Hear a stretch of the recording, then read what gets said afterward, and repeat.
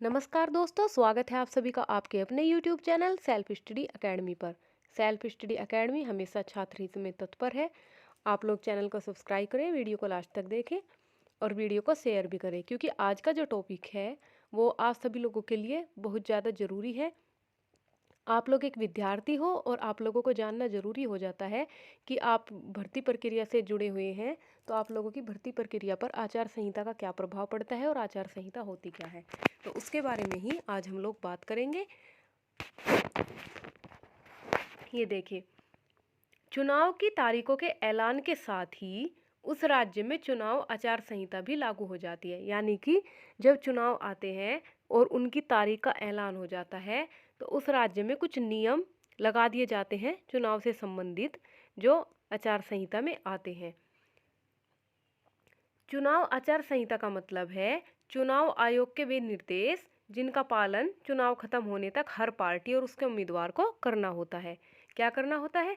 चुनाव आचार संहिता का मतलब है चुनाव आयोग के वे निर्देश जिनका पालन चुनाव खत्म होने तक हर पार्टी और उसके उम्मीदवार को करना होता है। ये आप लोगों के लिए जानना जरूरी है, क्योंकि कहीं भी किसी भी एग्जाम में भी आप लोगों से पूछ सकते हैं और नॉर्मली भी आप लोगों से कोई भी पूछ सकता है।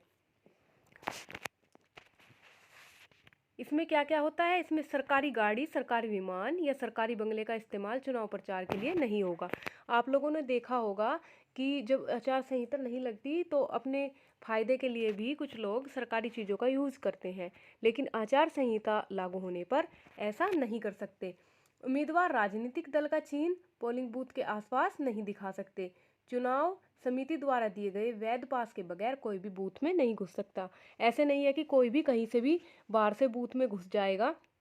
जहाँ पर चुनाव होते हैं उन लोगों का एक पास बनता है और उन लोगों को ही अंदर जाने की परमिशन होती है जिनके पास पास होता है। अब ये देखिए, मुख्यमंत्री या मंत्री जी द्वारा कोई घोषणा या शिलान्यास या भूमि पूजन नहीं किया जा सकता।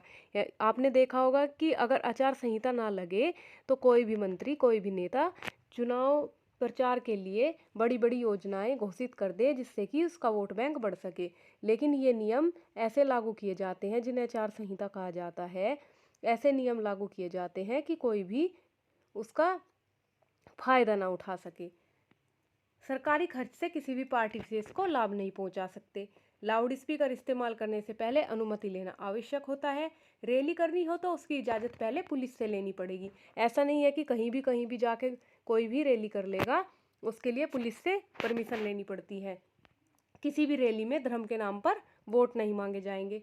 उम्मीदवार किसी भी मतदाता को किसी प्रकार का लालच नहीं दे सकता। आप लोगों ने देखा होगा कि जब चुनाव आते हैं तो चुपचाप या गोपनीय तरीके से एक दूसरे को लुभावने प्रलोभन दिए जाते हैं जिससे कि उनका वोट बैंक बढ़ सके। तो आचार संहिता इन सभी बातों पर या इन सभी जो भी मानसिकता है इन सभी पर रोक लगाती है।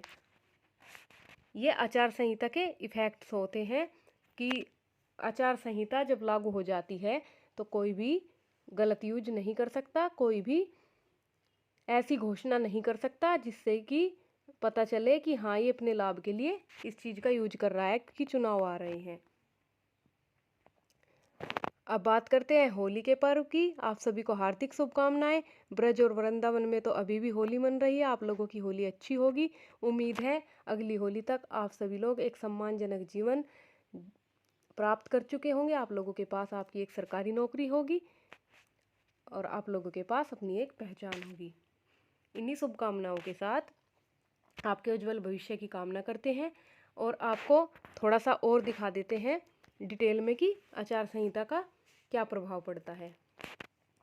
हमने आपको बताया वाहनों के इस्तेमाल पर प्रतिबंध होता है, मंत्री के दौरे की रिकॉर्डिंग होती है, सरकारी अधिकारियों के साथ बैठक भी होती है, सरकारी अधिकारियों के स्थानांतरण पर प्रतिबंध। ये नहीं होता कि ट्रांसफ़र कर देंगे, ट्रांसफ़र पर भी रोक लग जाती है। मैदान, हेलीपैडों आदि का उपयोग होता है। सरकारी डाक बंगलों में आवास विगत 48 घंटों के दौरान किसी निर्वाचन क्षेत्र में राजनीतिक पदाधिकारियों के उपस्थिति पर प्रतिबंध होता है। आप लोगों ने देखा होगा कि जब चुनाव होते हैं, फॉर एग्जाम्पल आप लोग देख लीजिए कि कल आपके आसपास वोट डलने वाली है तो आज चुनाव प्रचार यानी कि 24 घंटे पहले बंद हो जाता है।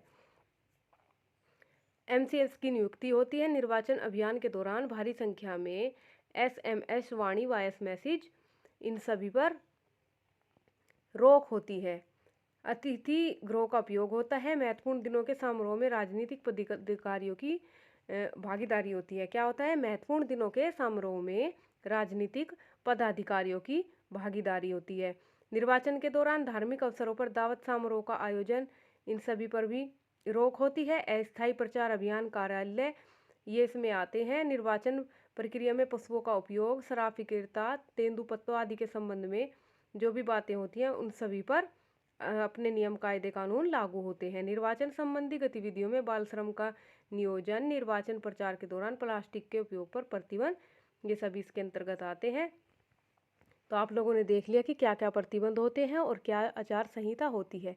ये आप सभी लोगों को याद रखना है। वैसे तो इसकी पीडीएफ इतनी लॉन्ग है कि अगर आपको डिटेल में बताएं तो 4 से 5 घंटे आप लोगों को इसकी एक्सप्लेनेशन लिखने में ही लग जाएंगे, क्योंकि ये बहुत लॉन्ग है। इसके 200 से 300 पेज आ जाते हैं। इसकी इतनी लॉन्ग पीडीएफ है, लेकिन हम लोगों ने आपको वही बताया जो ज़रूरी है, आप लोगों के लिए जानना ज़रूरी हो जाता है। ये बेसिक नॉलेज के लिए भी आप लोगों से कोई पूछ सकता है, तो आप लोग इसका ध्यान रखें कि आचार संहिता क्या होती है। अब बात कर लेते हैं कि आचार संहिता का भर्तियों पर क्या प्रभाव पड़ता है।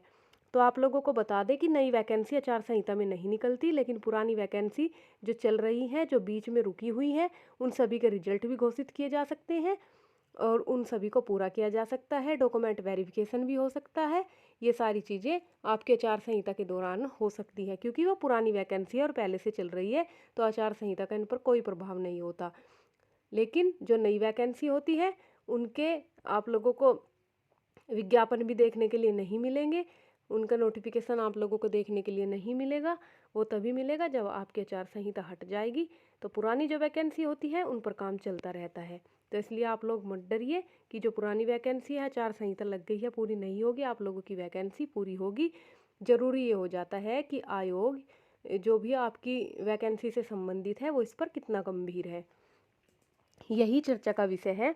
अगर वो वैकेंसी पूरी कराना चाहें तो आचार संहिता में भी करा सकते हैं, उससे पहले भी करा सकते हैं, लेकिन अगर नहीं कराना चाहते तो उसके लिए फिर कितना भी समय मिल जाए वो नहीं कराते हैं। तो आप लोग अपनी वैकेंसी के लिए गंभीर रहिए, प्रयास करते रहिए, स्वस्थ रहिए, मस्त रहिए और अपने परिवार के संग अच्छे से होली मनाइए। आज के लिए इतना ही। धन्यवाद।